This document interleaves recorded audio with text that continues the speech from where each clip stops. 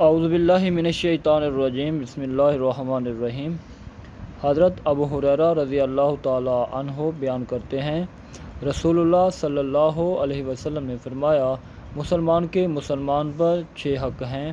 عرض کیا گیا، اللہ کے رسول وہ کیا ہیں؟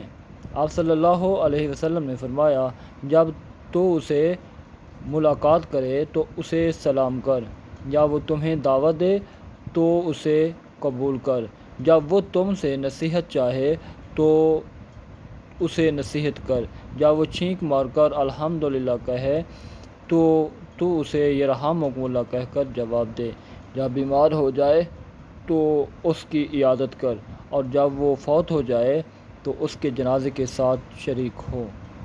رواہ مسلم شریف۔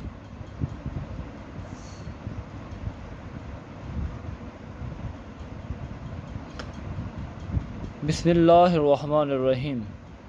سیدنا ابو ہریرہ رضی اللہ تعالیٰ عنہ سے روایت ہے کہ رسول اللہ صلی اللہ علیہ وسلم نے فرمایا، ایک مسلمان کے لیے دوسرے مسلمان کا مال، عزت اور خون حرام ہے۔ بندے کے لیے یہی برائی کافی ہے کہ وہ اپنے مسلمان بھائی کو حقیر جانے۔ سنن ابو داؤد 4882۔